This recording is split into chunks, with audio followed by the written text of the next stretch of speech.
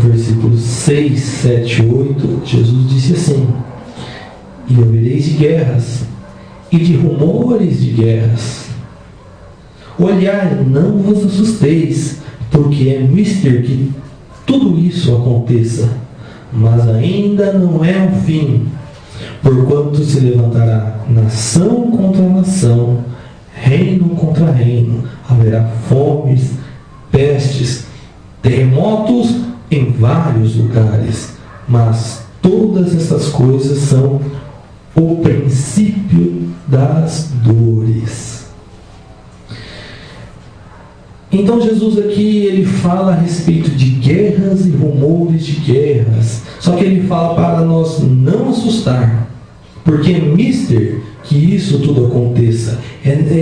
Vai ser necessário que isso aconteça. Para quê? Que a sua palavra se cumpra. E nós que estamos aqui identificamos que está próximo o momento de ele voltar e pôr fim nestas coisas. Então Jesus fala: haverá guerras, mas não vos assustei. É misto que aconteça, porque ainda não é o fim. Se levantará nação contra nação, reino contra reino. Haverá fomes, pestes e terremotos em vários lugares.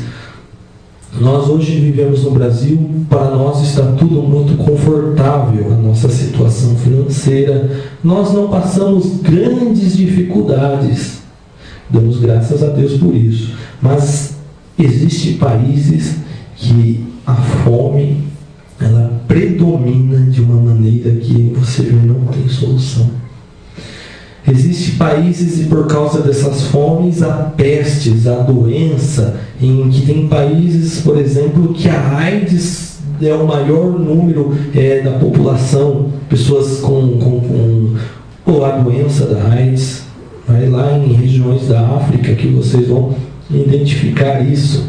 Pessoas morrendo diariamente, crianças desnutridas, sendo devoradas pelo próprio solo onde elas moram, porque vão secando e estão morrendo de fome.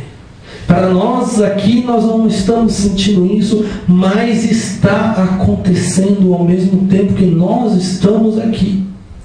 Então isto é um sinal. E este tipo de fome não existia no tempo de Jesus. Esse tipo de fome que está havendo hoje não existia. Porque o número de pessoas na terra era bem menor. O número de habitantes na terra era muito menor do que o que existe hoje. Muito. Hoje estamos aí chegando a 7 bilhões de habitantes no planeta Terra. E então, as doenças aumentam e espalham de uma maneira muito rápida. A fome, ela assola muitas pessoas porque o governo não tem aí um pensamento para visar essas pessoas que estão passando por necessidade. Então muitos estão morrendo, muitos estão passando por isso. E Jesus fala de terremotos em vários lugares. Muitos falam, mas desde aquele tempo existia terremoto. Mas não como tem havido nesses últimos dias. Uma matéria de um portal diz que não passa um mês sem que tomemos conhecimento de algum terremoto significativo, de grandes proporções.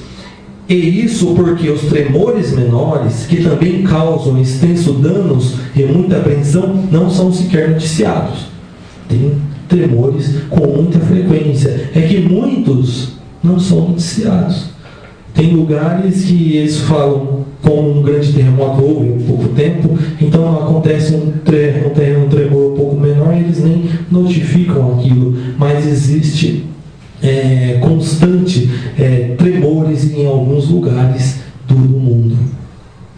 Estima-se que ocorram a cada ano cerca de 500 mil tremores em todo o globo, havendo quem até fale em 1 milhão de sismos, dos quais 100 mil são percebidos pelas pessoas com seus próprios sentidos e pelo menos 1.000 causam danos. Pelo menos 1.000 tremores por ano danificam alguma coisa Jesus falou: não assuste com essas coisas que estão acontecendo. Guerras, rumores de guerras,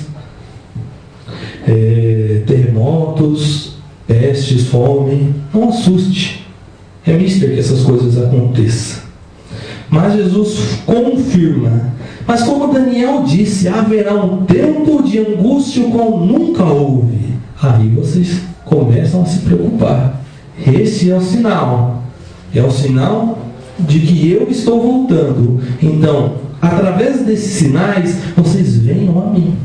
Através dessas palavras, vocês se curvem a mim e aceitem a minha palavra, a minha verdade. Porque chegará um tempo em que de angústia como nunca houve antes. Vocês já pararam para pensar sobre isso?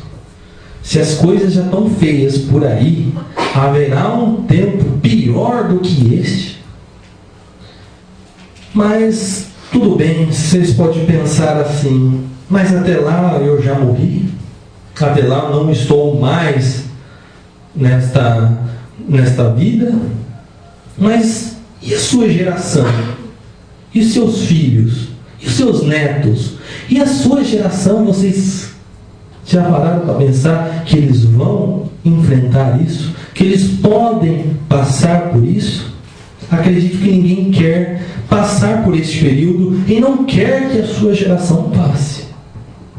Aí a grande importância de estarmos firmes na palavra de Deus e de instruir os nossos filhos, instruir a nossa geração a estar com o Senhor, porque nós não queremos que eles passem por isso. Nós não queremos que eles passem, porque a Bíblia nos revela uma esperança. Para esse tempo de angústia ao qual Daniel profetizou no Antigo Testamento, confirmado por Jesus no Novo Testamento, a Bíblia nos dá uma esperança. E eu, analisando as Escrituras, me conforto nessa esperança e ao mesmo tempo me preocupo.